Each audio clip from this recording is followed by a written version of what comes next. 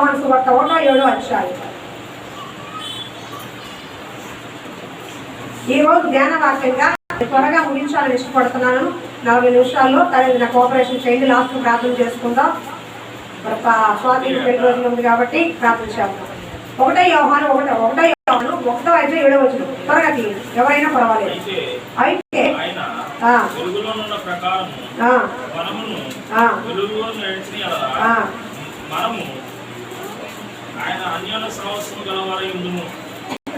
బాబు ఏం చదువుతున్నాము? కొంచెం వాక్య అవగాహన ఉన్నవాడు చేయాల్సిన పని అది కాదు. 1 యోహాను 7 అంటే ఆ వాక్యం ఎక్కడి నుంచి వస్తుంది? కింద నుంచి వస్తుంది. అప్పుడు ఆయన కుమారుడని యేసు రక్తము ప్రతి పాపమును మన పవిత్రులుగా చేయను. ఆమేన్. యేసు రక్తము ప్రతి పాపము నుండి నిన్ను నన్ను పవిత్రము చేయను. ఆమేన్. ఆమేన్ చెప్పండి. చేపట్టి ప్రార్థన చేస్తున్నాం. ప్రేమించే మా ప్రియ పరలోక తండ్రి, నీకు వందనాలు స్తుతిస్తూ చెల్లించుకున్నాం.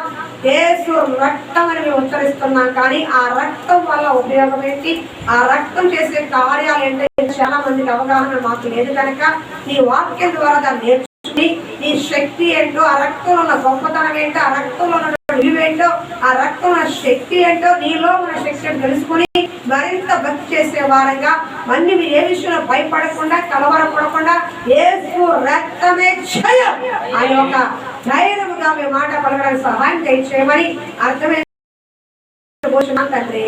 ఆమేన్. యేసు రక్తం ఏం చేస్తుంది అమ్మ చూసుకోకండి. యేసు రక్తం ఏం చేస్తుంది? ప్రతి పాపము నుండి నిన్ను నన్ను పవిత్రులుగా చేస్తుంది. మీరు ఈ మాటలు ఎప్పుడైనా విన్నారా? సహజంగా ఎవరైనా సహాయం చేసినప్పుడు, ఎవరైనా దానం చేసినప్పుడు వాడి రక్తంలో ఉందరా, వాడి బ్లడ్లో ఉందరా, వాళ్ళ తాతయ్య రక్తం కూడా అంతే, వాళ్ళ నాన్న రక్తం కూడా అంతే, వాళ్ళ బ్లడ్లోనే ఉంది. మొన్న వాడు డైలాగ్ చూశాడు, డాడీ ఫుల్ మా బ్లడ్లో భయం లేదన్నాడు ఆ మహానుభావుడు. ఇంకేం చెప్పవసరం లేదు, చాలా బాగా ఇష్టం. ఏమన్నాడు? డాడీ ఫుల్ మా బ్లడ్లో భయం లేదన్నాడు. సరే, ఆయన అలాగే చెప్పాడు. అంటే ఏం లేదండి బ్లడ్లో. నేను రక్తం గురించి చెప్పడానికి మీకు ఒక ఉదాహరణ చెప్తున్నా. ఈ మాటలు ఎప్పుడైనా విన్నారా? ఆడి రక్తంలోనే ఉందిరా సహాయం చేసే గుణం, ఆడి రక్తంలోనే ఉంది. ఎవరన్నా జారి పడుతున్నారు అనుకో, ఎవరన్నా బాధపడతారు, కొంచెం చూస్తూ ఉండలేదు. ఉన్నదంతా తీసుకెళ్ళి మా గౌరీలాగా 10 రూపాయలు కూడా వేసి దానం చేశారు. ఏముందంటే బ్లడ్లో దాన గుణం ఉంది, సహాయం చేసే గుణం ఉంది, తనకు ఉన్నా లేకపోతే పెట్టే గుణం ఉంది, మంచి చేసే గుణం ఉంది. ఈ లక్షణం ఉన్న వాడిని సహజంగా ఏమంటారంటే వాడి బ్లడ్లోనే ఉందిరా. అవునా? వాడి బ్లడ్లోనే ఉంది. ఏమంటారు అంటే ఏంటి? వాడి రక్తంలోనే ఉంది, వాడి జీవంలో. రక్తం అంటే జీవం, వాడి రక్తంలోనే ఉంది, వాడి జీవంలోనే ఉంది. 10 మంది తిట్టేవాళ్ళు, ఎరా నేను మంచి బ్లడ్డేనా, అసలు నేను మంచి బ్లడ్డేనా అని ఒక తిట్టేవాళ్ళు ఉంటారు. అంటే రక్తము మనిషికి ప్రాణాధారము. చాలా మంది యాక్సిడెంట్ రక్తం పోతే డాక్టర్ అంటాడు చాలా రక్తం పోయిందంటే రక్తం ఎక్కించో బ్రతుకుతాడు, లేదా చాలా రక్తం పోయిందని అందుకే చనిపోయాడు. అంటే మనిషికి ప్రాణాధారం ఏంటి? రక్తము. ఈ మాంసం పైన చెప్పుకుపోయినా పర్వాలా కూడుతుంది, కానీ రక్తం పోతే ఈ జీవమే ఆగిపోతుంది. మన జీవితానికి, మన శరీరానికి ప్రాణాధారం ఏంటి? రక్తము. అటువంటి రక్తాన్ని నీ కొరకు నా కొరకు యేసు ఇచ్చాడంటే రక్తం అంటే ప్రాణాధారము, జీవము. నీ కొరకు నా కొరకు సర్వ మానవాళి కొరకు ప్రతి పాపం నుండి విడిపించడానికి ఆయన ఈ లోకంలో రక్తము చిందించాడు.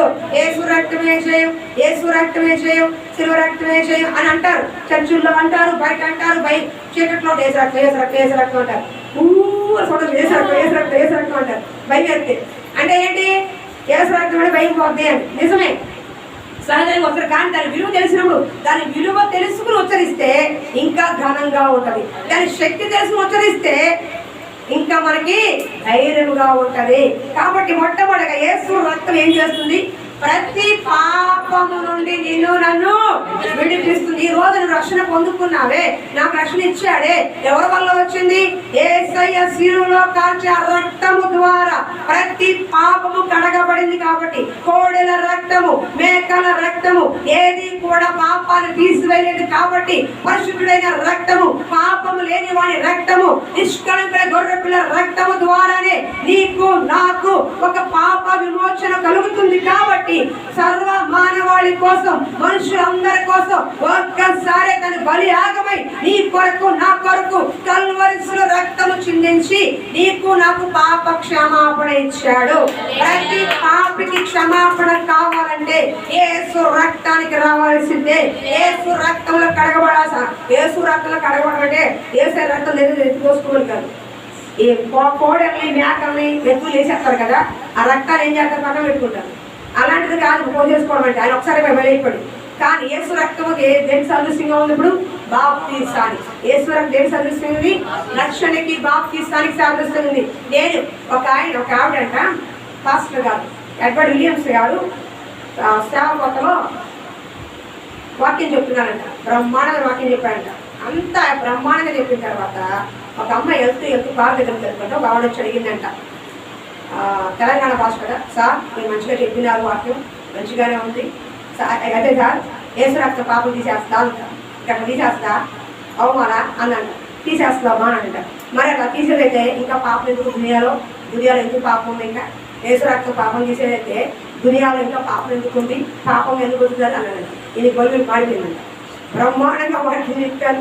బ్రహ్మాండంగా ఎగదీసనే ఒక్కటే ఇదేంటి ఇప్పుడు ప్రశ్న వేసి పోవా, ఈ అమ్మాయికి ఏం సమాధానం చెప్పాలి, ఏం చెప్పాలంటే ఎదురుగా పోలియో చుక్కలు కనపడిందంట. ఏం కనపడింది? పోలియో చుక్కలు. అమ్మ పోలియో చుక్కలు వేసుకున్నావా అని. పోలియో ఉంది కదా, ఆ పోలియో భయంకర వ్యాధి కదా. పోలియో చుక్కలు వేసుకుపోతే ఏమవుతుందంటే పోలియో అవుతుంది. అవునా? పోలియో చుక్కలు వేసుకుంటే పోలియో రాదు. ఎవరు యేసు రక్తాన్ని ఉంటారో వాళ్ళకి పాప క్షమాపణ ఉంది. ఎవరు యేసు రక్తాల కడగబడి రాలో వాళ్ళకి క్షమాపణ లేదు. ఎవరైతే పోలియో చుక్కలు వేసుకుంటారో వాళ్ళకి పోలియో ఎలా రాదో, రక్తంలో కడగబడిన వాడికి, యేసు రక్తాన్ని ఆశ్రయించిన వాడికి, యేసు దగ్గరికి వచ్చి నేను పాపిని అనేవాడికే రక్షణ. అర్థమవుతుందా? దునియాలో పోలియో ముందు ఉంది. ఇంకా పోలియో వస్తుందా రాలేదా? చాలా పోలియో ఉందా లేదా? పోలియో బారి పడుతున్నా లేదు. ఎందుకంటే చుక్కలు లేవు లోపల. ఏమి లేవు వాళ్ళకి? పోలియో చుక్కలు వేసుకునే జ్ఞానం లేదు. ఇప్పుడంటే చాలా మంది ఎడగొచ్చారు. అప్పుడంటే ఎక్కడో ఉండాలి. పోలియో వచ్చి కాలు చేయి పడిపోయిన పాప ఇబ్బందిగా ఉండేవాడు. ఎందుకు ఏం లేవు లోపల?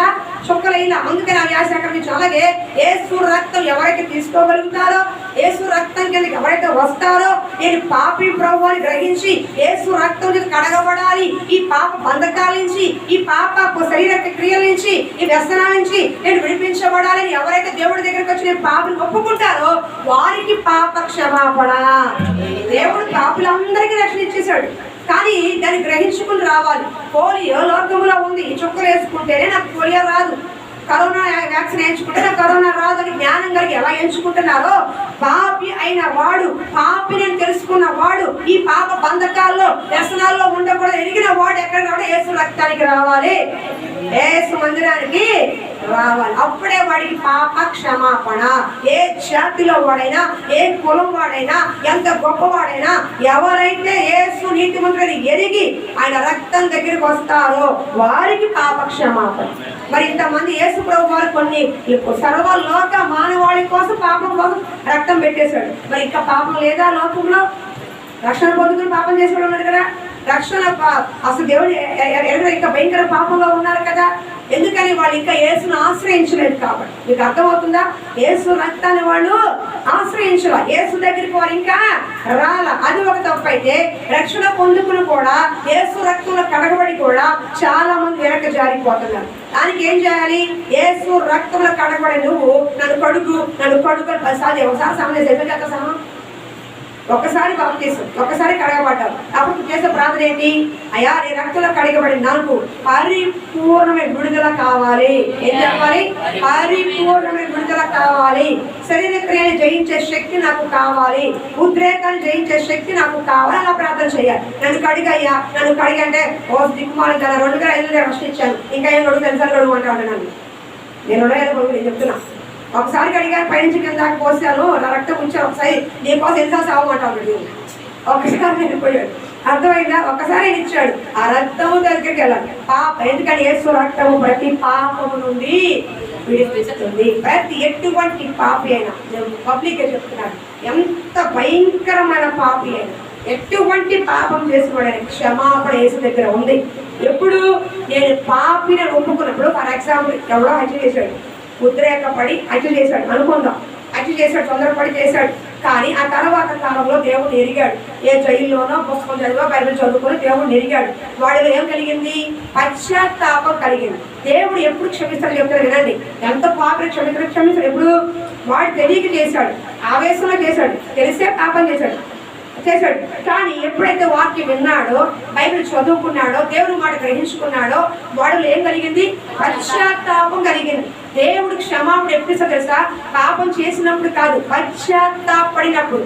పాపం చేస్తాడు మనిషిని తెలుసు, తప్పు చేస్తాడని తెలుసు, నువ్వు తింటావు తాగుతావు తెలుసు, కానీ దాన్ని ఎరిగి నేను తప్పు చేస్తాను ప్రభువా నన్ను క్షమించు, ఇక ఎన్నడూ నేను చెయ్యను. ప్రతిసారి రాత్రి తాగదు, నీ మీద బంగారు రేపు నుంచి తాగనంటాడు. మళ్ళీ రేపు వాటర్ వేసుకుంటాడు. అమ్మా నీ మీద అమ్మా ఇంకా తాగను. అమ్మా నువ్వు చెట్టు చుట్టమ్మా ఒకసారికి అమ్మ 100 అమ్మా ఆ ఫోన్ తీసుకొస్తావు. మళ్ళీ ఎల్లుండి రిపీట్. చెల్లి తమ్ముడు అన్న అక్క ఏ బంధాలు ఒక్కటి ఒట్టు వాళ్ళకి ఏం కావాలా? వాటర్ కావాలి, ఒట్టు పర్వాలేదు అంటే వాళ్ళకి ఏం లేదు. కానీ ఒక్కసారి విడుదల పొందిన తర్వాత, ఒక్కసారి ఒప్పుకున్న తర్వాత, అది తప్పు అని తెలిసిన తర్వాత రెండోసారి రిపీట్ అవ్వకూడదు.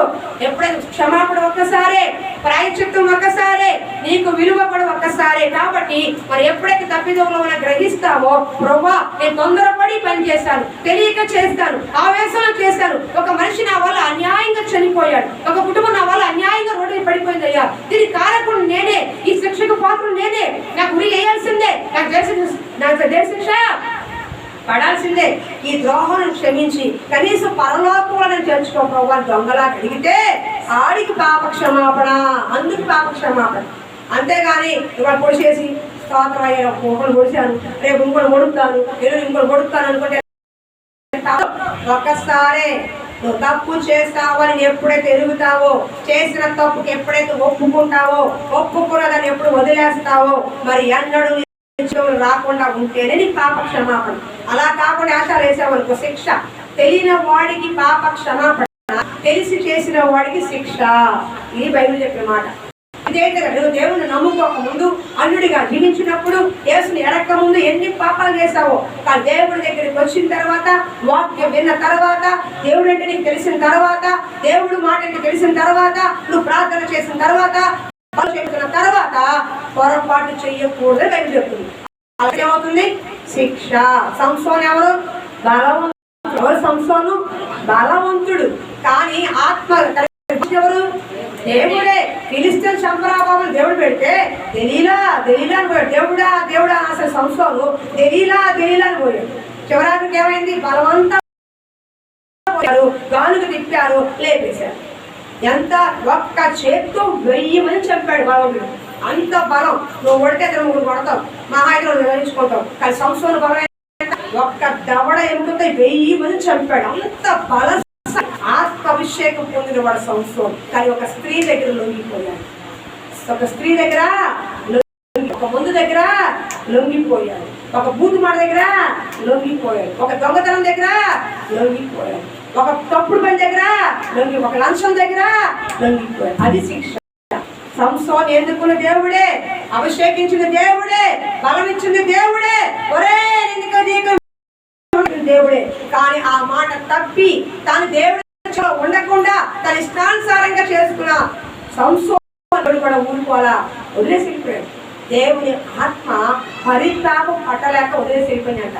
దేవుడు వస్తామని తెలుస్తుంది, వదిలేస్తే కూడా తెలుస్తుంది. భయంకరంగా అయిపోతుంది. మీరు మనుషులతో ఆడుకోండి, దేవుడితో ఆడుకోవాలి. మనుషులతో ఆడుకుంటారు, దేవుడితో మాత్రం ఆటల. ఆత్మని దుఃఖపరచొద్దు, దేవుడు ఆత్మని దుఃఖపరచొద్దు. కాబట్టి ఆ శిక్షకి సంసోను బలైపోయాడు. చివరాఖరికి దయతో ఈ ఒక్కసారి నన్ను జ్ఞాపకం చేసుకొని ఆ మాట చదువుతున్న కళలో నీళ్ళాగా. ఆ సంవత్సరాలు చదువుతున్నప్పుడు నా కళలో నుంచి జలజల నీళ్ళు వచ్చింది. ఎంత బలవంతుడు, ఎంత అభిషేకవంతుడు, ఎంత కృపావరాలు ఇచ్చాడు. ఆఫ్టర్ ప్రార్థనకు పుట్టి పడిపోయి ఈ రోజు చేతులు కళ్ళు పీకేసి ఇలా కట్టేసి ప్రభువా ఒక్కసారి అయ్యా, నువ్వు ఒక్కసారి బ్రతికించవా, నువ్వు ఒక్కసారి కాపాడవా, ఈ ఒక్కసారి అడుక్కుంటున్నాడు జాలీగా. కానీ ఆ సమయంలో దేవుడు ఆలకించి ఒక్క అవకాశం, అదే చివరి అవకాశం. లాస్ట్కు 3000 చంపేశాడు, వార్తలు తెచ్చాడు. అర్థమవుతుందా? క్రైస్తవ జీవితం ఖర్చులతో కూడిన జీవితం. అందరూ చేయలేదు, అందరూ భక్తి చేయరు. క్రైస్తవులుగా బతుకుతారు, క్రైస్తవులుగా చెప్పుకుంటారు, క్రైస్తవులు అని విర్రవీగుతారు. కానీ పశ్చిమ భక్తి ఏంటిది? క్రైస్తవుల పశ్చిమ భక్తి. అలా ఉండకూడదు, ఇలా చేయకూడదు, ఇక్కడ రాకూడదు, ఇక్కడ పెట్టకూడదు, ఎక్కడ కటింగ్లే మనకి. కానీ ఆటలో నిలబడితేనే ఆశీర్వాదం అని దేవుడు చెప్పిన మాట. అర్థమవుతుందా? హల్లెలూయా. రెండో యేసు రక్తం ఏం చేస్తాం మనల్ని? చెప్పండి. ప్రతి పాపం నుండి కోడెల రక్తం, మేకల నేను చాలా రిఫరెన్స్ చెప్పట్లేదు కానీ చెప్పండి. ప్రతి పాపం నుండి నేను విడిపిస్తాను. రెండు త్వరగా యేసు రక్తం కాపుదలు లేదు. చూడండి, నిర్గమకాండం 12:13. నేను ఒక రిఫరెన్స్ చెప్పి మా వాక్యం చెప్తా. అమ్మ ఫస్ట్ యేసు రక్తం ఏం చేస్తా బాగా పెట్టండి, వినండి, చెప్పండి. పాప క్షమాపణ ఇస్తుంది. ఏమమ్మా మన బైబిల్ ఇసురా గుర్తుంది నాకు. చూసుకుంటే చదువుతున్నా సాయంకాలం. హల్లెలూయా. ఎప్పుడు నిర్గమకాండం 12:13 చదువున్నాను. మీరున్న ఇండ్ల మీద నేను ఆ రక్తము చూచి మిమ్మల్ని నశింపచేయక దాటిపోయేదను. నేను ఐగుప్తు దేశమును ఒకటే చదివావు కదా, దయచేసి అదే 29 చదువున్నానా? 29 అదే అధ్యాయం 12:29 చదువు. అర్ధరాత్రి వేళ చదవండి, చదువునానా? అర్ధరాత్రి వేళ జరిగేదేమనగా 30 చదువు. సింహముల మీద కూర్చున్న సింహాసనం మీద కూర్చున్న అర్ధరాత్రి వేళ జరిగినదేమనగా సింహాసనం మీద కూర్చున్న ఫరో మొదలుకొని చెరసాలలో ఉన్న ఖైదీ యొక్క తొలిపిల్ల వరకు ఐగుప్తు దేశమందుని తొలిపిల్లలు అందరినీ, పశువుల్లో తొలిపిల్లలన్నిటినీ యెహోవా హతము చేశాడు. ఐగుప్తుల మహాఘోష వినడం. ఇదేమండి యేసు రక్తం మొట్టమొదటిగా ప్రతి పాపాన్ని ఏం చేస్తుంది? శివమ్మ ఎస్తేర్ అని పేరు ఏం పెట్టారు నీకు? నాకు ఇష్టమైన పేరు నీకు పెట్టారు. ఎస్తేర్ పేరు దగ్గర గుణం కనిపించట్లేదు. ఏం చెప్తున్నా? ఫస్ట్ ప్రతి పాపం నుండి విడిపిస్తుంది, పవిత్రపరుస్తుంది. నా తమ్ముడు ఇలా ఉన్నాడు, నాకు భర్త ఇలా ఉన్నాడు, వాడు విడిపిస్తాడా తిట్టాడా కాదు, నీ వల్ల కాదు, దేవుడు చూసుకుంటాడు, వదిలేసాడు. రెండోది దేవుడు యేసు రక్తం నీకు కాపుదలను ఇస్తుంది. ఇక్కడ జరిగిన సమయం ఏంటంటే ఐగుప్తు ప్రజలు 10 అద్భుతాలు చేశాడు, 9 చేశాడు. ఇంకా లాస్ట్ అద్భుతం, ఇంకా ఫరో పంపించి అద్భుతం. మోషే అన్నాడు, ఫరో మనసు కఠినపరుచుకుంటాడు, అయ్యా అడిగితే పంపించట్లేదంటే ఇప్పుడు వెళ్ళు, ఇదే ఆఖరి అవకాశం వాడికి. ఐగుప్తులో నేను చేసే కార్యము ఇంకా నీకు వెంటనే నేను ఫరో నిన్ను పంపిస్తాను. ఏం చేస్తానంటే ఐగుప్తులో ప్రతి జ్యేష్ఠ కుమారుని లేపేస్తాను. అంటే పంపించకపోతే ఐగుప్తులో ఉన్న ప్రతి జ్యేష్ఠ కుమారుడు చనిపోతాడు, ప్రతి జ్యేష్ఠ కోసం కూడా లేచిపోదు. కానీ ఇశ్రాయేలుకు మాత్రం ఏ హాని జరగదు. కాబట్టి మీరు ఏం చేస్తారంటే రాత్రికి ఒక గొర్రె పిల్ల రక్తాన్ని ద్వారబంధానికి పూయండి. ఏం చేయాలి? ఇశ్రాయేలు ప్రతి ద్వారబంధానికి గొర్రె పిల్ల రక్తం పూయండి. సంహార దూత వస్తాడు. సంహార దూత ఏ గుమ్మంలో యేసు రక్తం ఉండదో ఆ కుటుంబాన్ని ఏమి చేయడు. ఏ గుమ్మంలో యేసు రక్తం కనబడదో, గొర్రె పిల్ల రక్తం కనబడదు, ఆ కుటుంబంలో గుర్చు వేసుకోవాలి అని ఒక సూచన ఇస్తాడు. ఈ లోపు అర్ధరాత్రి జరిగింది, సంహార దూత వచ్చాడు. ప్రతి ఇశ్రాయేలు ప్రతి కుటుంబంలో గొర్రె పిల్ల రక్తాన్ని పూశారు. దాన్ని యేసు రక్తంగా మన శ్రాద్ధం. గొర్రె పిల్ల రక్తాన్ని పూసారు కానీ మేకలో కొట్టు వేసేవాకండి, ఆ రక్తం మనకి రాదు. ఇది యేసు రక్తానికి సాధిస్తుంది. ఇప్పుడు యేసు రక్తం మనకి ఏ రకం తీసుకుంటాం?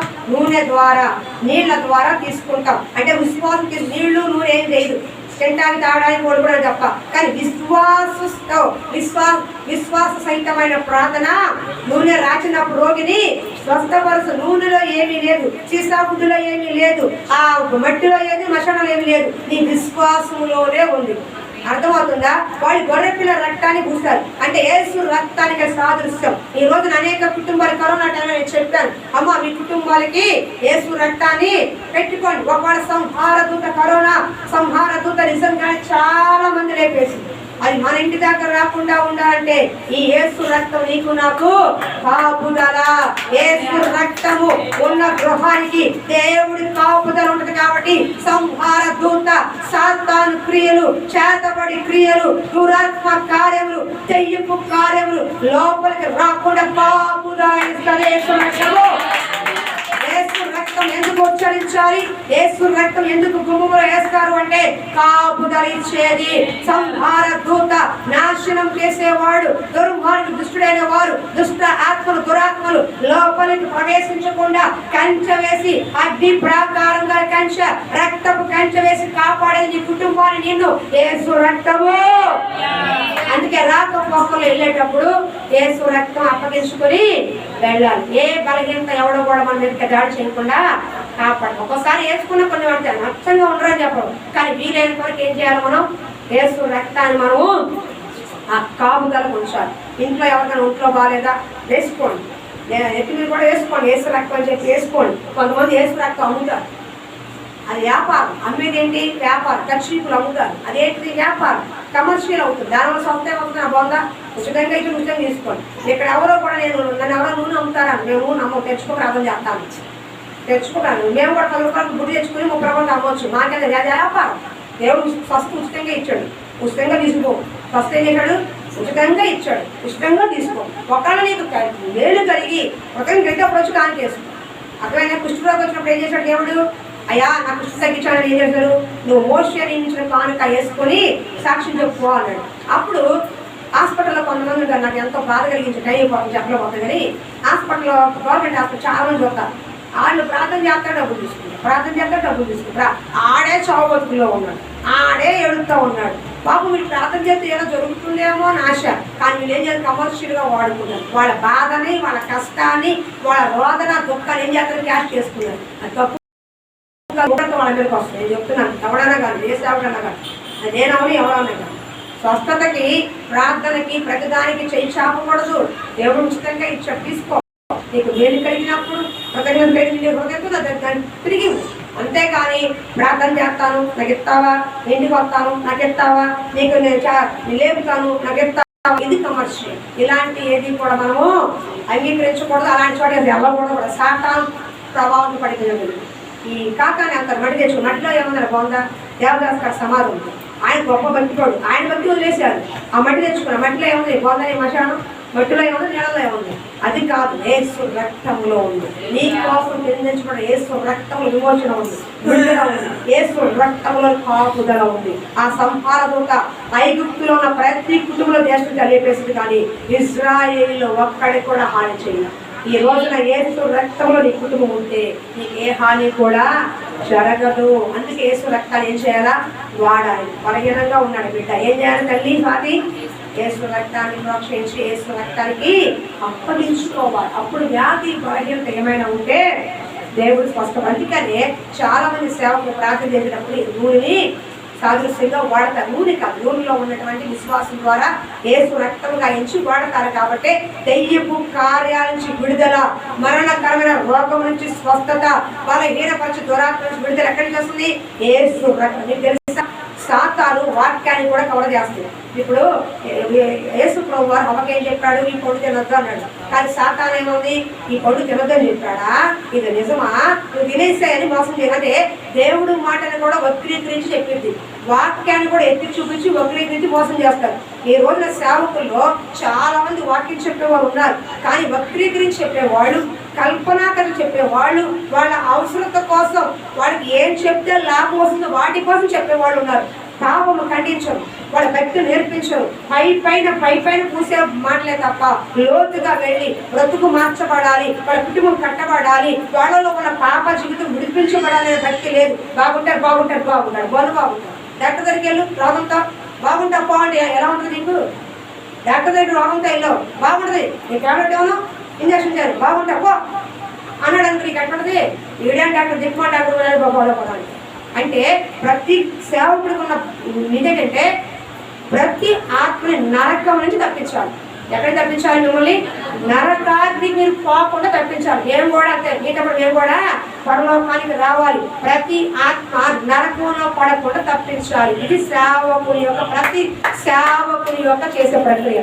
ఇది పక్కన పెట్టి దీనికి ఆశపడిపోయి నేను గట్టిగా చెప్తే రారు, తిడితే రారు, ఇలా అంటే రారు, కాబట్టి గడ్డి రారు, ఎట్టగన్నా పోని అడిచే ఉన్న మనకు కావాలి. ఆడు ఎట్టగన్నా తాగలి, ఎట్టగన్నా సావని మనం చెప్తే ఎండో ఆడు తప్పాడు. మనం ఎందుకు పోగొట్టుకోవాలా? తీసుకురా అయిపోయింది అంతే. దానివల్ల ఏమవుతుందంటే కుటుంబాలు విచ్ఛిన్నం అయిపోతున్నాయి. త్రాగుబోతులు మారకుండా పోతున్నారు, తిరుగుబోతులు మారకుండా పోతున్నారు. ఎక్కడేసిన పొంగలు అట్టాడే ఉండిపోయింది. దయచేసి అలాంటి భక్తి నేర్చుకోబాకండి. ఒక మాట అనుకున్నా, ప్రేమతో అనుకున్నా, ఏం చేసినా ఎక్కడ మీకు సంతోష పెట్టే భక్తి నరకాన్ని తీసుకెళ్తుంది, కఠినంగా బోధించే భక్తి పరలోకాన్ని తీసుకెళ్తుంది. తల్లి బిడ్డలు ఎలా గర్తిస్తుందో, ఏ సేవకుడు బిడ్డలు గర్తిస్తూ ప్రేమిస్తాడో ఆ సంఘంలో మీరు నిలబడతారు, కట్టబడతారు. ఇది నేను బైబిల్ మాట చెప్తున్నాను. నేనైనా అంతే. నేను ఈరోజు ఇక్కడ నేర్చుకున్నానంటే పాస్టర్ గారు మమ్మల్ని గర్తించబట్టి, ఇంతకంటే కఠినంగా మాట్లాడబట్టి, ఇంతకంటే మమ్మల్ని ఎన్నో రకాలుగా బాధ, వాళ్ళ మాట అన్న మాటకి నాకు బాధ కలిగినా, కన్నీళ్ళు వచ్చినా, సేవ వదిలేసి వెళ్ళిపోయినా సరే, ఈ రోజున ఆ మాటలు కొన్ని నాలో ఫలించాయి కాబట్టి, ఆ క్రమశిక్షణ నాలో వచ్చింది కాబట్టి, ఆ ఒక నేర్చుకున్న పద్ధతి నాకు వచ్చింది కాబట్టి ఈరోజు సేవ చేయగలుగుతున్నాను. అర్థమవుతుందా? చాలా తేడా ఉంది. క్రమశిక్షణ అక్కడ ఉన్నట్టు ఇక్కడ దొరకదు. అక్కడ డబ్బులు కడతాం, క్రమశిక్షణ.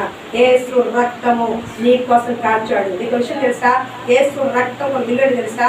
అపవాది బంధకాల నుంచి, బానిస ప్రతిలో నుంచి సాతాను అడిగింది, గౌరీ నాకు కావాలి. సాతాను వదిలేసే, గౌరీ నా బిడ్డ వదిలేసాను, వదిలేస్తాను. ఏమి ఇస్తావు? డబ్బు బంగారం. ఏం కావాలి? నీ ప్రాణం కావాలి. నీకు అది కావాలంటే నీ ప్రాణం ఇస్తావా? ఇస్తాను అని నీకోసం, నా కోసం, సర్వ మానవుల కోసం తన ప్రాణాన్ని పెట్టి నేను కొన్నాడు. నేను వేసి ఎలా కొన్నాడు? చాలా మంది కట్టించి భర్తలు కొనుక్కుంటారు. మీకు ఒక విషయం తెలుసా? బాగా వినండి. బైబిల్ ప్రకారము భర్తలే భార్య కట్టేవారు. కన్యాశుల్కం తెలుసా మీకు? ఇదివరకు ఏముండేది? విన్నారమ్మ కన్యాశుల్కం? మీరు ఇచ్చారా, తెచ్చుకున్నారా? ఇంకా ముందు రోజులు ఏముంది? కన్యాశుల్కం. ఇప్పుడు వినండి, బైబిల్ ప్రకారం కట్టం తెచ్చుకోవడం కాదు, మగవాళ్లే ఆడవాళ్ళకి కట్టం ఇవ్వాలి. ఎలియాజరు రిబ్కాకి ఏం తీసుకెళ్ళాడు? ఎలియాజరుకి రిబ్కాకి ఏం తీసుకెళ్తారమ్మా? చెప్పండి. కట్నము వాళ్ళు సంతోషంగా ఇస్తే తీసుకోవాలి. క్రైస్తవులైన మనము కట్నానికి ఆశపడకూడదు. అసలు కట్నం తీసుకోవడం తప్పు. ఒకవేళ వాళ్ళు ఇష్టపడి వాళ్ళు కలిగింది ఇస్తే సంతోషంగా తీసుకోండి. దానికోసం బాధ పెట్టకూడదు, దానికోసం శ్రమ పెట్టకూడదు, దానికోసం వాళ్ళు వేధించకూడదు. అది మనకి పాపం అవుతుంది. బైబిల్ చెప్పమాట, ఎలియాజరు 10 ఒంటెలు మోసే అంత ధనం, బంగారం, నగలు రిబ్కాకి తీసుకెళ్ళిచ్చాడంట. కన్యాశుల్కమా కాదా? అవునా? ఆక్సాకి ఇలా చాలా మంది బైబిల్ గ్రంథంలో స్త్రీల దగ్గరికి వెళ్ళినప్పుడు వాళ్ళే ఇచ్చారు. కానీ ఇప్పుడు రివర్స్ అయిపోయింది. పురుష అహంకారం అయిపోయి నువ్వు పట్రా అన్నారు. సహజంగా అయితే బైబిల్ ప్రకారం దేవుడు చెప్పిన మాట ఏంటి? పురుషులే స్త్రీలకి కట్న కానుకలు ఇవ్వాలి. ఇది లెక్క. ఎందుకు తీసుకుంటారు? హల్లెలూయా. ఎంత ఇచ్చారు వసూలు చేసేది. హల్లెలూయా. కాబట్టి నేనేం చెప్తున్నాను? యేసు నిన్ను రక్తం చేత కొన్నాడు. నువ్వు విమోచించబడటానికి, పాపంలో ఉండకుండా ఉండటానికి, అపవాది బంధకాల్లో ఉండటానికి, స్వేచ్ఛగా బ్రతకడానికి దేవుడు సాతాను దగ్గరించి వెండి బంగారంతో కాదు, తన రక్తాన్ని ఇచ్చి, ప్రాణాన్ని ఇచ్చి నిన్ను కొన్నాడు. అందుకని నీ మీద అధికారం ఉంది. నీ మీద అధికారం కలిగిన వాడు నీ భర్త కంటే దేవుడు, నీ భార్య కంటే దేవుడు. కాబట్టి దేవుడి మాట మనం ఏం చేయాలా? గొడవపడాలి. ఇప్పుడు ఎవడన్నా నేను తీసుకెళ్ళి అభ్యర్థులు అనుకోండి, ఎవరు ఉద్యోగం కాదు, ఎక్కడో తీసుకెళ్ళి విద్యార్థులు అభ్యర్థులు అనుకున్నాను. ఆ అమ్మాయిని అమ్మేస్తాను, 50,000 ఇస్తే మీకు ఇస్తాను అనుకో. ఎవడో మహానుభావుడు ఆ అమ్మాయి వినిపించడానికి ఎక్కడది? ఆ బానిస బ్రతుకులకు వెళ్లకుండా, ఆ నరక కోపంలో వెళ్లకుండా ఒక 50,000 ఇచ్చి వినిపించాడు ఆ అమ్మాయిని. ఆ అమ్మాయి జీవితకాలానికి ఎలా ఉంది? కృతజ్ఞత కలిగి, అమ్మో ఆ నరక కోపంలో పడకుండా, ఆ పాప బ్రతుకు పడకుండా, నా ఒళ్ళు నా ఇది పాడవకుండా మహానుభావుడు వచ్చి రక్షించయ్యా, జీవితకాలం రుణపడి ఉంటానయ్యా, నీ చెప్పులు గుట్టుకుని పాదాలు త్యాగం చేస్తానయ్యా అని సహజంగా అంటారు. ఆఫ్టర్ 10-20కి అంత పడుతుందంటే నీకోసం ప్రాణం ఇచ్చిన దేవుడు ఉండాలి. నీకోసం ప్రాణం ఇచ్చిన దేవుడికి కృతజ్ఞత కలిగి ఉండాలి. యేసు రక్తం ఏం చేస్తే నీకు నాకు పాపం తెలుసు. రెండోది యేసు రక్తం స్వస్థ చేస్తుంది. యెషయా 5:5. యేసు రక్తం ఏముంది? స్వస్థత ఉంది. యెషయా గ్రంథం 53:5. నేను త్వరగా ముందుకు వెళ్తున్నాను. రోడ్డు చెప్తే ఆ లాస్ట్లో చెప్పండి, తగ్గడిస్తా. 53:5 త్వరగా ఉంది. Very good. సలో ఫాస్ట్గా చెప్తాను. Very good. నీకు 5 స్టార్లో సర్విస్తాను.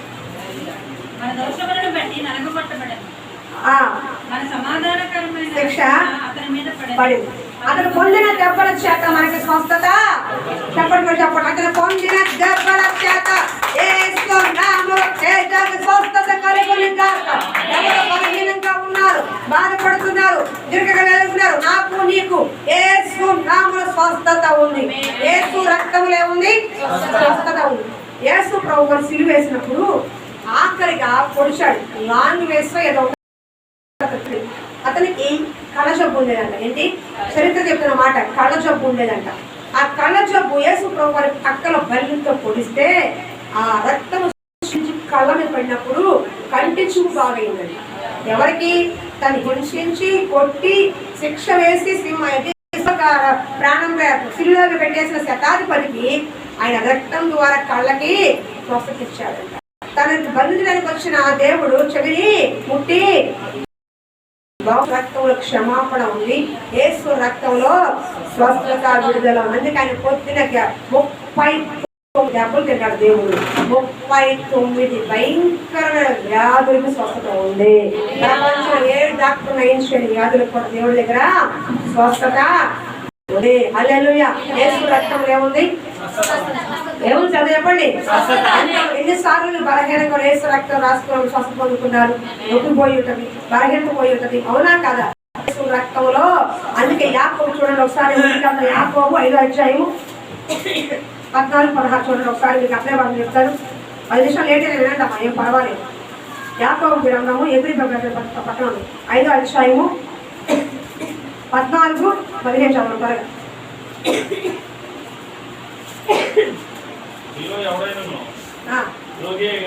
మీలో ఎవడైనా రోగి ఉన్నాడా?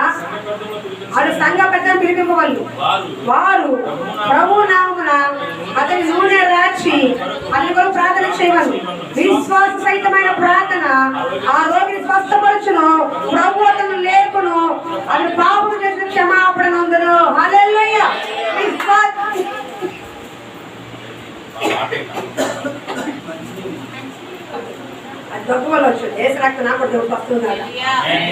సహితమైన ప్రార్థన రోగిని స్వస్థపరుస్తుంది. నూనె రాచినప్పుడు అంటే యేసు రక్తముగా ఎంచి విశ్వాసంతో నువ్వు ప్రార్థన చేసినప్పుడు అక్కడ స్వస్థత కలుగుతుంది. హల్లెలూయా. మరణకరమైన ఎంతో మంది మరణకరమైన పడక నుంచి లేచి వచ్చిన వారు ఉన్నారు. చనిపోయారని బాడి దాకా వెళ్ళిన బతికొచ్చిన వాళ్ళు ఉన్నారు. ఇక అయిపోయి తీసుకెళ్ళిపోవడానికి బతికిన వాళ్ళు ఉన్నారు. ఎందుకంటే యేసు రక్తంలో ఏముంది? జీవం ఉంది. యేసు రక్తంలో స్వస్థత ఉంది. హల్లెలూయా.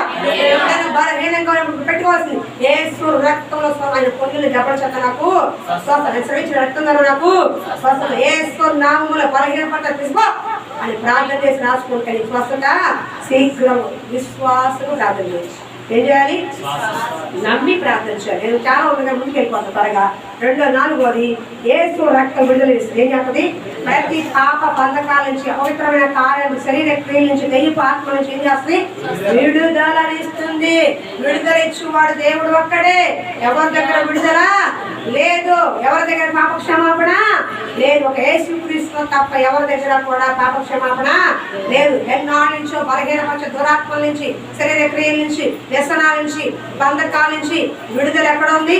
యేసు క్రీస్తులో గొప్ప, యేసు రక్తంలో గొప్ప విడుదల, విమోచన ఉంది. కాబట్టి మీకు ఎప్పుడైనా సరే విడుదల లేకపోకుండా భయంకరంగా కళ్ళు వస్తున్నప్పుడు, భయంకరంగా సమస్యలు ఏం చేయాలా? యేసు రక్తంలో విడుదల ఉంది. యేసు రక్తంలో నాకు జయం ఉంది. యేసు రక్తం నాకు స్వస్థత అనుగ్రహిస్తుంది. యేసు రక్తం ప్రతి పాపాన్ని తీసేస్తుంది. యేసు రక్తం నిత్య జీవాల్లో చేరుస్తుంది అని నమ్మి విశ్వసించి ప్రార్థించండి. ఈ ప్రార్థనలో ఈ మాట పడుతున్నప్పుడు నీకు అధికారం కావాలి. యేసు రక్తం నువ్వు చెప్పావు, ఇప్పుడు ఏం చెప్పాలి? అధికారంగా చెప్పాలి. యేసు రక్తం. అసలు నాకేం ఇవ్వలేదన్నాడు, కానీ యేసు రక్తమే ప్రతి ఒక్కరికి ఇచ్చాడు దేవుడు. అంతకన్నా భాగ్యం ఉంది. కోట్లు పెట్టిన రక్తం మీకు దొరకదు. అవునా? అలాంటి రక్తమే మీకోసం నేర్చుకుంటాను. అంతకన్నా భాగ్యం కావాలి. దేవుడే నిన్ను ప్రేమిస్తుంటే ఇంతకన్నా ఏం కావాలి? ఏ మనిషి ప్రేమ కావాలి? మనుషుల ప్రేమ కొంతవరకే, కానీ దేవుడు ప్రేమ ఇహమందు పరమందు కూడా శాశ్వతమైన ప్రేమతో నేను ప్రేమిస్తున్నాను కనుక విడువక నీడల కృప చూపిస్తున్నాను. హల్లెలూయా. హల్లెలూయా. యేసు రక్తములో ఏముంది? వాడు యేసు నామములో పోని గద్దించండి. ఆయన మాటలో విడుదల ఉంది, ఆయన రక్తంలో విడుదల ఉంది, ఆయన ఉమ్ములో కూడా విడుదల ఉంది. హల్లెలూయా. నా 5వ చెప్తున్న త్వరగా వెళ్ళిపోతున్నాను నేను. బంధకములో బంధించబడిన వారికి, చీకటిలో ఉన్న వారికి, మరణ ఛాయలో ఉన్న వారికి, నిరాశ నిస్తున్న వారికి ఏముంది? విడుదల. యేసు రక్తం. 4వది 5వది యేసు రక్తం ప్రతిష్ఠ, అభిషేకం ఏముంది చూడండి ఒకసారి. ఏప్రిల్ 9:21 చదువుతా. ఏప్రిల్ 9:21 తరగతి ఏంటమ్మా? ముందుకు వెళ్ళిపోతాయి. 10 నిమిషాలు ముగిస్తాను అనుకోకండి. 9 అవుతుంది, 10 నిమిషాలు ముగిస్తాను. చదువమ్మా. సేవా పాత్రలన్నిటి మీదను ఆ రక్తమును ప్రోక్షించును మరియు ధర్మశాస్త్ర ప్రకారము 9 అదంతేగా వినండమ్మా. యేసు రక్తములు ఏముంది? ప్రతిష్ఠిత అభిషేకం ఉంది. కొంతమంది నూనె ఏం చేస్తారు? అభిషేకించుకోవడానికి తైలముగా వాడతారు. యేసు రక్తాన్ని అహరోను భుజం మీద, చెవుల మీద రాశారు. అంటే ప్రతిష్ఠించబడిన వాడు, యాజకుడు ప్రతిష్ఠించబడిన వాడు, సేవకుడు ప్రతిష్ఠించబడిన వాడు. యేసు రక్తము చేత యేసు ఒక అభిషేకం ప్రతిష్ఠించబడిన వాడు.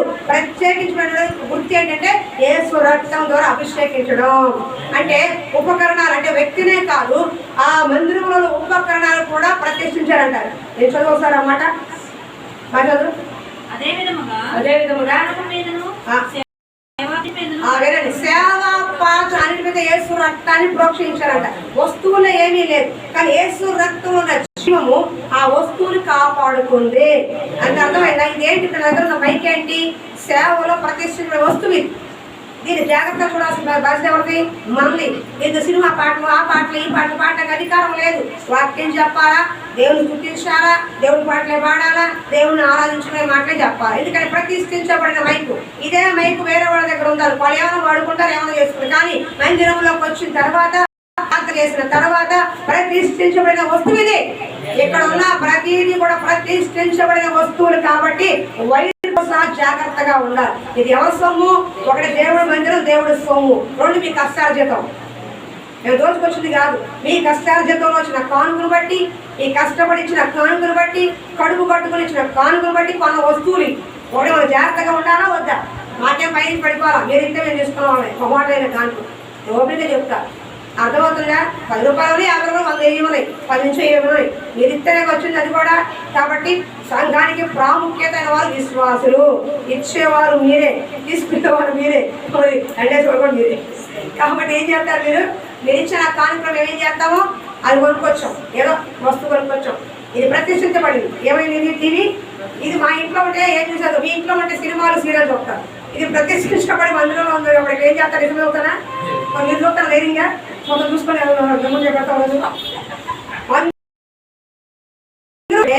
టీవీ పెడతాను, టీవీ చూసుకోవాలి. మీకు దమ్ము ధైర్యం ఉంటే సినిమా చూస్తారా, సీరియల్ చూస్తారా? అదే ఇంట్లో ఉంటే తిరగేస్తాం. ఒప్పుకోండి, అవునే కాదు. ఎందుకని? దేవుని మందిరం, ఆ దేవుడి వస్తువు, మందిరం సినిమా అని భయం అన్నా అంట. ఆ భయంతో అన్నా రండి రండి రండి పిలుస్తా ఉంటారు. హీరో అవతల ఒక మందిరంలో ఉన్నారు, బయటికి చూస్తారు కదా, ముందు సినిమా ఆగో వెంటనే చూస్తారు కదా మందిరం ఇది అన్న భయం అన్నా ఉంది. ఎందుకంటే అది ప్రతిష్ఠించబడిన మైండ్ తీసుకుని పెట్టుకోలేమా? జానబాబు తీసారంటే 5 నిమిషాలు బట్టి రాత్రంతా నేను మా పక్క చక్కగా చూసుకోవచ్చు. మాకెందుకు? అది ప్రతిష్ఠపడిన వస్తువు. నేను ఇంతవరకు మందిరంలోకి వచ్చి ఏ వస్తువు కూడా నా ఇంటికి వాడుకోవాలి. అది అత్యవసరమైతే తీసుకొస్తానేమో, కానీ ఒక ప్యాలో లాంటిది 90% దాన్ని ఏరుకోక బట్టి ప్రార్థన చేసి వదిలేసిన తర్వాత ఏ వస్తువు కూడా నాదని ఇబ్బంది అవుతుంది. ఎలా ప్రతి చెప్తున్నానమ్మా, ఇక్కడ అక్కడ మీరు ఇచ్చిన దాంట్లో, బయట నుంచి నాకు వచ్చిన దాంట్లో కడుపు కట్టుకుని ప్రతి వస్తువు చిన్న చదువు తీసుకోండి. ఈ దీంట్లో ఏదైనా నాకు అధికారం ఉంది. ఈ దేవుడు ఇచ్చింది, దేవుడి సొమ్ము, దేవుడికి అధికారం. ఇది ఇంతకన్నా రాని 10 రాని 10 లక్షలు అవనాయి. దేవుడి సొమ్ము, దేవుడికి అధికారం, దేవుడి సేవకే అధికారం. నాకు దీంట్లో ఏ సంబంధం లేదు. కూడు కొట్టాలి ఇది అంతే నా జీవితం. ఇది ప్రతిదీ కూడా 10 రూపాయలైనా అయిందే, 10 కోట్లైనా అయిందే. పోయేటప్పుడు ఏమి తీస్తాను. అర్థమవుతుందా? సేవా ఉపకరణలు జాగ్రత్తగా వాడాలి. ఆ వైర్లు పీకేసి, చించేసి, పెట్టేసి, ఆ బల్బులో వదిలేసి పెట్టి 180 రూపాయలు మహానుభావుడు వెలుగుతూనే ఉంది రోజంతా. వాళ్ళు ఎవరు తీరారు, అందృష్టం బాగుంది. 200 రూపాయలు వేస్ట్ అయిపోయింది. ఎవరు కొన్నారు? 100 రూపాయలు కాని డబ్బులేగా. అవునా? ఒక వైరు పోతుంది, 450 అవుతుంది, మన డబ్బులేగా. ఏం చేయాలా? చాలా జాగ్రత్తగా వాడుకో. పిల్లలు కూర్చొని తీరుతున్నారు ఆ పట్టాలు. ఆ పట్ట గీకి కూలిపోయింది. మళ్ళీ ఇప్పుడు వేయాలంటే 4,000 5,000 అవుతుంది. మనదేగా వస్తువు. అంటే మందిరంలో ఉన్నప్పుడు ఆ వస్తువులు ఏం చేయాలా? నిద్ర వేసుకోకుండా జాగ్రత్తగా కాపాడుకోవాలి. ఉపకరణములు ప్రతిష్ఠించబడినవి. దేవుడి మందిరం వచ్చిన నువ్వు ఉపకరణ వస్తువుకి అంత శ్రద్ధ ఉంటే విలువ పెట్టి కొనబడిన నీకు ఎంత ఉండాలి ప్రతిష్ట? నీకు అర్థమవుతుందా? ఇవాళ రేపైనా పాడైపోయి వస్తువుకి అంత ప్రతిష్ట ఉంటే విలువ పెట్టి రేసు రక్తంతో కొనబడిన నీవు ఎంత ప్రతిష్టంగా ఎంత ప్రత్యేకంగా జీవించాలి, ఎంత దేవుడి కొరకు నిలబడాలి. వస్తువుకి అంత భద్రత కావాల్సి వస్తే యేసు రక్తంతో కడగబడి పరలోకానికి వెళ్ళాల్సిన మనం ఇంకా ప్రత్యేకంగా ఎంతగానో జీవించాలి దేవుడి కొరకు. యేసు రక్తం నిన్ను ప్రత్యేకపరుస్తుంది. యేసు రక్తం ప్రతిష్ఠించబడుతుంది. యేసు రక్తం నిన్ను ఒక సేవ విధానం ప్రత్యేకంగా దేవుడు నిన్ను వాడుకుంటాడు. అభిషేకించబడింది. అర్థమవుతుందా? యేసు రక్తంలో ఏముంది? అభిషేకం ఉంది.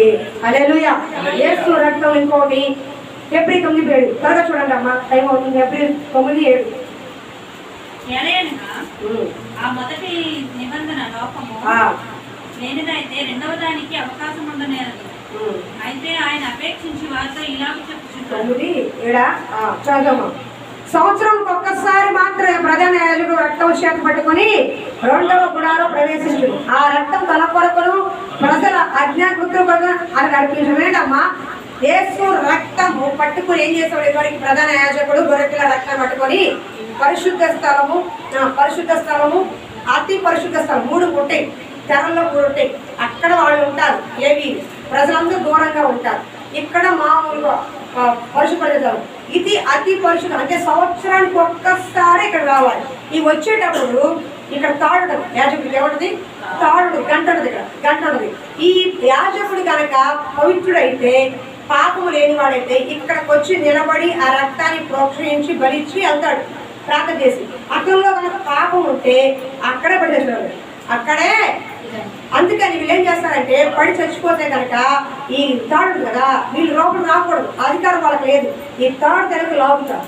వాళ్ళు లోపల రాకుండా సమానం ఏం చేస్తారు? తాడు పెట్టి వెనక్కి లాగుతారు. యాజకుడైనా ఎవరైనా సరే అతి పరిశుద్ధ స్థలములో ఆ రక్తము అర్పించేటప్పుడు వాళ్ళ జీవిత విధానంలో ఏమన్నా పాపం ఉంటే, లోటుపాట్లు ఉంటే ఆ యాజకుడు ఆ సేవ స్పాట్లో చచ్చిపోయాడు. ఈ రోజు కూడా సేమ్ అంతే. రెండోది, ఎందుకు వెళ్తున్నాడు అక్కడికి?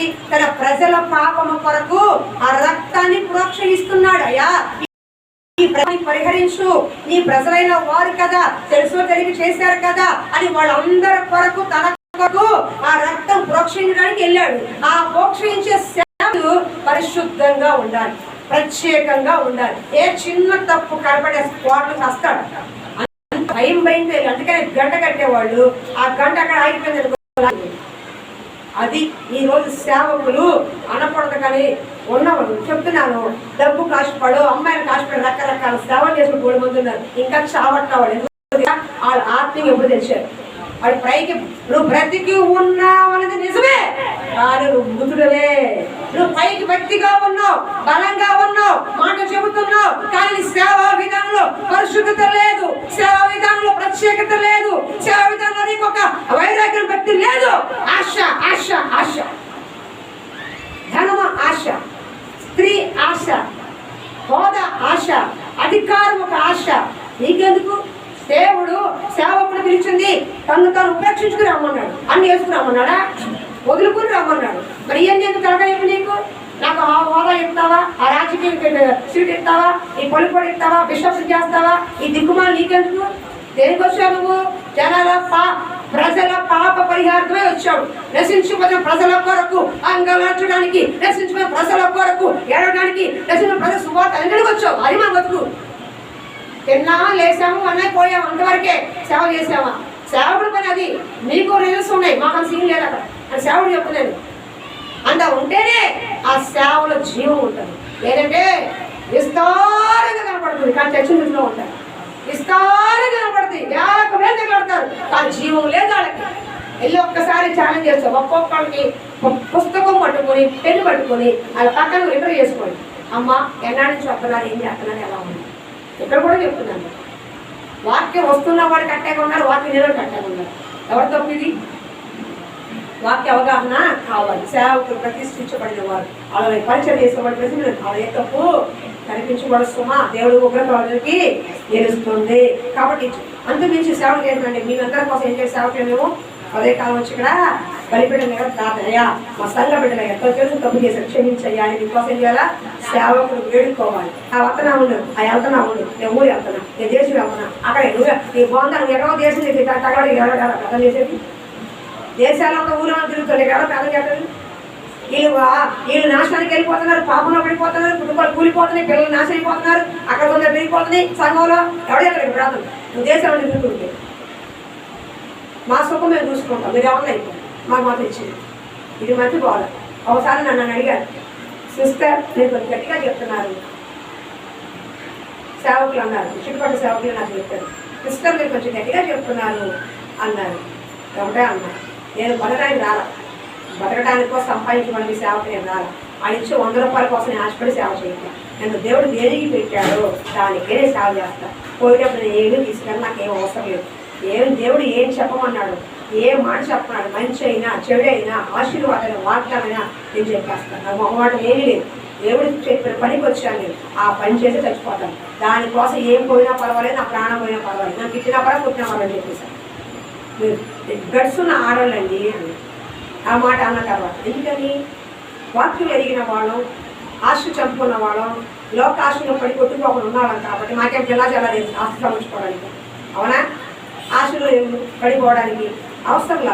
కొన్ని కుటుంబాల కన్నా కాస్త దీవెనకరంగా ఉంటే మాకు దేవుడిచ్చిన ఈ బ్రతుక్కి, ఈ పాపాత్మలకి కాస్త దేవుడి దగ్గర నేను కొట్టని చెప్పుకుంటా, అయ్యా నాలాంటి దానికి అవకాశం ఇచ్చావే, కొన్ని కుటుంబాల కన్నా నేను దీవెనకరంగా ఉంచావే, ఇదిగో అయ్యా అని దేవుడి దగ్గరికి వెళ్ళి బతిమాలుకుంటాను. ఆ ఒక్క స్థితిలో ఉంచాడు అన్నాడు. అందుకే నేను చెప్తానండి, నేను మంచిగానే చెప్పట్ల, వాక్యం సత్యం చెప్పకపోతే అబద్ధాలను బతుకుతారు. బాధగా ఉంటుంది. ఒకసారి నాకు వాక్యం వస్తున్నప్పుడు నేను లేచి వెళ్ళిపోయాను. నేను చెప్తున్నా, నేను ఒప్పుకున్నాను. ఒకసారి వాక్యం ఉంచుకుంటే నేను లేచి వెళ్ళిపోయిన సందర్భాలు ఉంది. అందులో లేచి వెళ్ళిపోయా, నాకు నాగే చెప్పాడు, నన్నే అంటున్నాడు, నేను ఉండను అని 4 సార్లు లేచి వెళ్ళిపోయాను. అలా దౌర్భాగ్యం రాలేదు. కానీ ఆ సత్యం ఎప్పుడైతే గ్రహించానో, ఆ సత్యం వాక్యం నాకే ఎప్పుడు నేను ఒప్పుకున్నానో, ఆ గుచ్చుకోవటం, నొచ్చుకోవటం, విరగటం నాకే ఎప్పుడైతే నేను దేవుడే ఒప్పుకున్నానో అప్పుడే నేను దీవించబడ్డాను. అంతవరకు నేను దీవించుకోవాలి. అదే మీరు చెప్తున్నాను, మీకంటే దౌర్భాగ్యం స్థితిలో నుంచి వచ్చిందాన్ని, మీకంటే మీరు అరగంట రేటుపోతుంది వాక్యానికి వచ్చిందాన్ని. నేను ఎన్నో తప్పులు చేశాను, కానీ సరి చేసుకుని ఇక్కడ నిలబడ్డాను. ఏం చెప్పేదండి, కానీ ఆ నిలబడటానికి ఎరగొట్టబడ్డాను, గాయపరచబడ్డాను, అవమానించబడ్డాను, నిలబడ్డా ఊరినే రాలా. అలాంటి కష్టం మీకు రాకూడదని నిలబడండి అమ్మా. మీకంటే దౌర్భాగ్యురాలి, మీకంటే దుష్టురాలి, మీకంటే సన్నాసాన్ని ఒకరికి నేనే చెప్తున్నాను. కానీ అలాంటి దాన్ని నన్ను ఇక్కడ నిలబెట్టినందుకు నేను న్యాయం చేయాలి.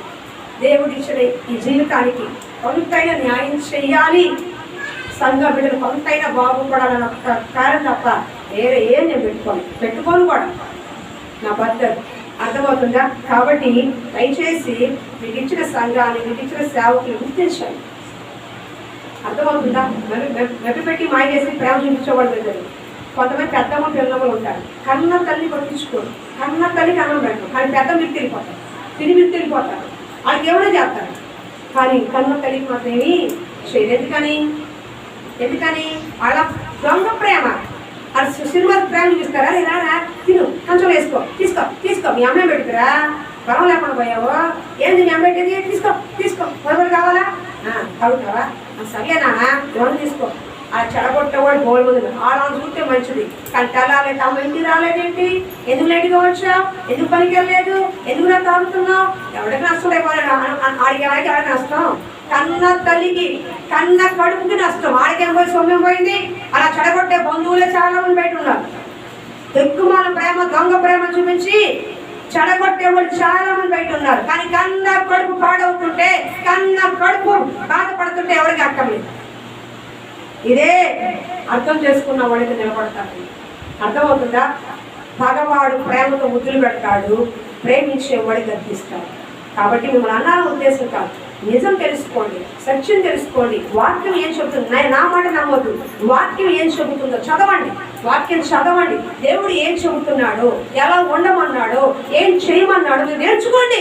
దాని ప్రకారం జీవించండి. నా మాట వద్దు, వాళ్ళ మాట వద్దు. మీకు దేవుడు గ్రంథం ఇచ్చాడుగా, చదువుకోమని చదివించాడుగా, చదవండి. సత్యం ఏంటి తెలిసి చదవలేక అజ్ఞానంతో బ్రతుకుతున్నారు, ఇది చదవలేక అసత్యంలో బ్రతుకుతున్నారు. ఇది చదవడం చేత కాక డాక్టర్ ఇంజనీర్లు కూడా మాయలో పడి చెడ్డగా తయారవుతున్నారు. ఎందుకంటే ఇది సత్య గ్రంథము. మన బ్రతుకి ఎలా ఉండాలో ఇంత స్పష్టంగా రాసి ఉంది. ఒకటి నీకు చెప్పవసరం జను, నీకు అర్థమైంది. దేవుడే నీకు చెప్తాడు, దేవుడే నీకు.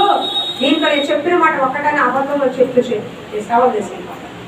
పబ్లిక్గా చెప్తున్నాను, నేను చెప్పినట్లే కాలం రాయలేదని చెప్పని చెప్పి నేను సేవలు చేసుకుంటాను. నమ్ముతుంది ఆ సత్యం నమ్మకపోతే ఎట్లాగా? అర్థమవుతుందా? కాబట్టి ప్రార్థన చేసుకుని టైం అవుతుంది. ఆఖరి యేసు రక్తం నిత్య జీవాన్ని. ఎవరైతే క్రమంలో రొట్టెలో బలలో పాల్గొంటారో నా మాట యేసు రక్తం చేస్తే నిన్ను నిత్య జీవాన్ని పరలోకాన్ని తీసుకెళ్ళదు. యేసు బలలో ప్రతి నెల అంటే వారమో ప్రతి నెల ఎవరు పెట్టారో ఆ క్రమంలో పాల్గొవాలి. ఏం చేయాలి? మీరు రొట్టె బల తప్పకుండా తీసుకోవాలి. ఎవరు అయోగ్యంగా తీసుకోకూడదు. తీసుకోకుండా మానేస్తే వాడికి పరలోకము. ఎవరు నా రక్తము తిని నా శరీరం తింటారో వాళ్ళకి నిత్య జీవనం ఇస్తారు. అదే రొట్టె ద్రాక్ష రసానికి సాదృశ్యం. నేను పాపినయ్యాక తప్పుకోకూడదు, అలాని బరితెగించి చేయి పెట్టకూడదు. సరి చేసుకుని పశ్చాత్తాపడి సిద్ధపాటు పడికి మనం ఏం చేయాలి? చేయి పెట్టాలి. యేసు రక్తం మాంసం తింటున్నావంటే ఆ భయము వణుకు నీకు ఉండాలి. అప్పుడు నీకు నిత్య జీవాన్ని చేస్తాడు. నువ్వు ఎందుకు తీసుకోలేదనుకో నువ్వు పరలోకంలో ప్రవేశం నీకు లేదు అని దేవుడే చెప్పాడు. కాబట్టి యేసు రక్తం ప్రతి పాపమును క్షమిస్తుంది. యేసు రక్తం నీ కంచె కాపుదం వేస్తుంది. యేసు రక్తం నీ స్వస్థత వేస్తుంది.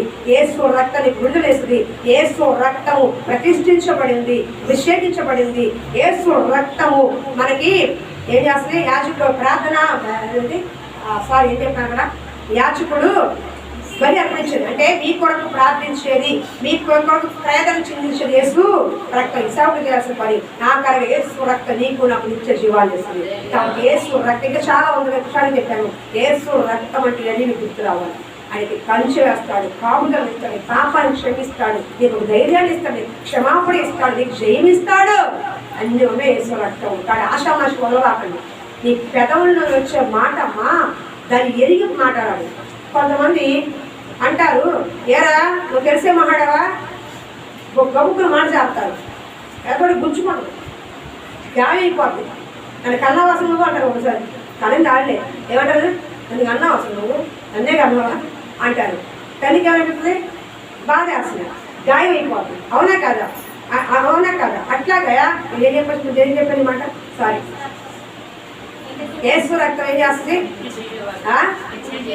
నిత్య జీవాన్ని వేస్తుంది. కాబట్టి క్షమాపణ ఉంది, గాయాలు పడుతుంది. యేసు రక్తం ఏం చేస్తుంది? గాయాల్ని పడుతుంది, క్షమించదు, చెయ్యి ఉంది. కాబట్టి ఎవరు కూడా యేసు రక్తాన్ని ఉంచారు. అదే అలవాటుగా చెప్పకండి, క్యాజువల్ గా చెప్పకండి. దానిలో ఉన్న శక్తి అని చెప్పండి. యేసు రక్తం అని చెప్పండి. నా భర్త ఏంటో నాకు తెలుసు, నా భార్య ఏంటో నాకు తెలుసు, నా కొడుకేంటో నాకు తెలుసు అని ఎలా దొంగగా చెప్తావో, యేసు అంటే నాకు తెలుసు, యేసు రక్తం ఏంటో నాకు తెలుసు.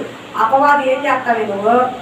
యేసు నామములో పో అని ఆజ్ఞాపించాలి. ఆ ధైర్యం మీకు ఉండాలి. అందుకే యేసు రక్తం ఏం చేస్తుంది? మనకి ఎన్నో ఉపయోగాలు చేస్తుంది. కాబట్టి ఆ రక్తం శక్తివంతంగా మార్చుకోవాలి. ఏం చేయాలా? శక్తివంతంగా మార్చుకోవాలి. మన సాక్షిని శుద్ధీకరించేదేంటి?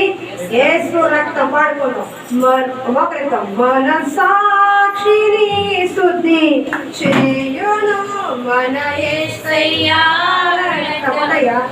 మన సాక్షిని శుద్ధి చేయును మన యేసయ్యా రక్తము.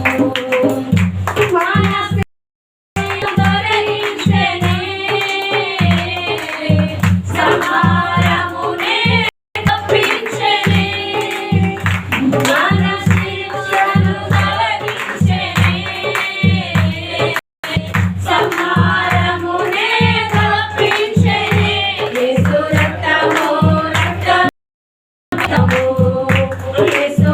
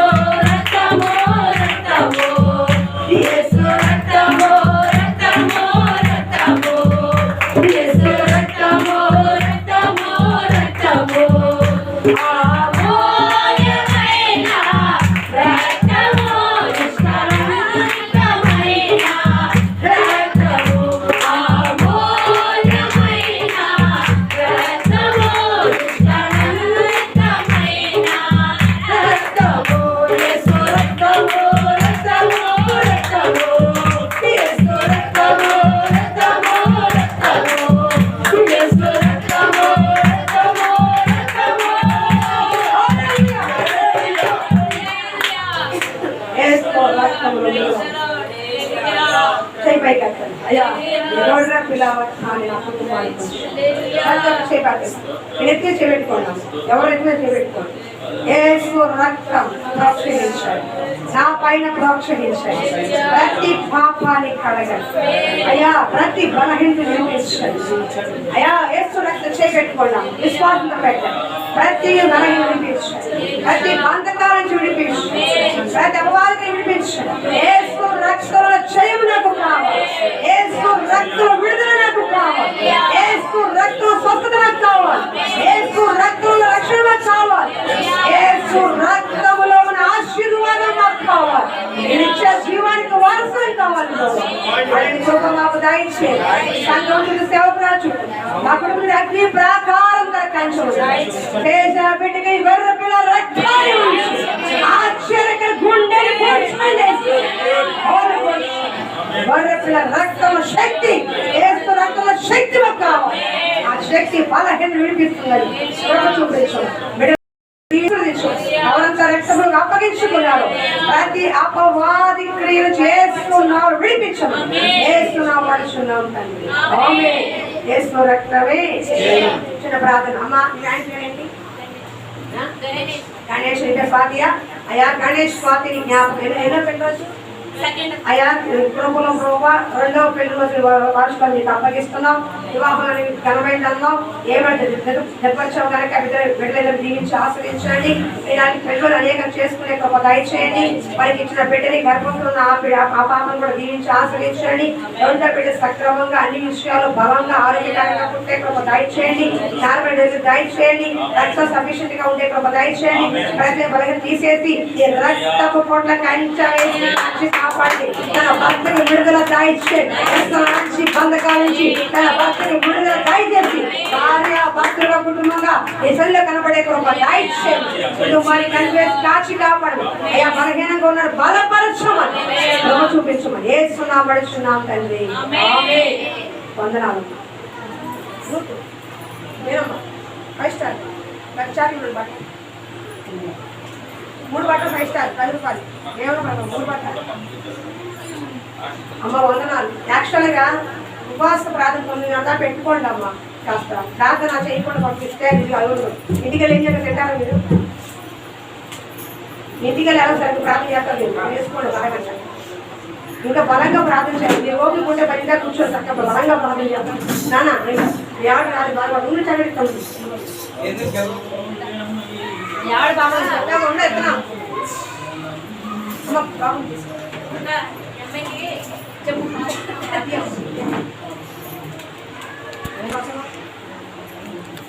9 years అక్క.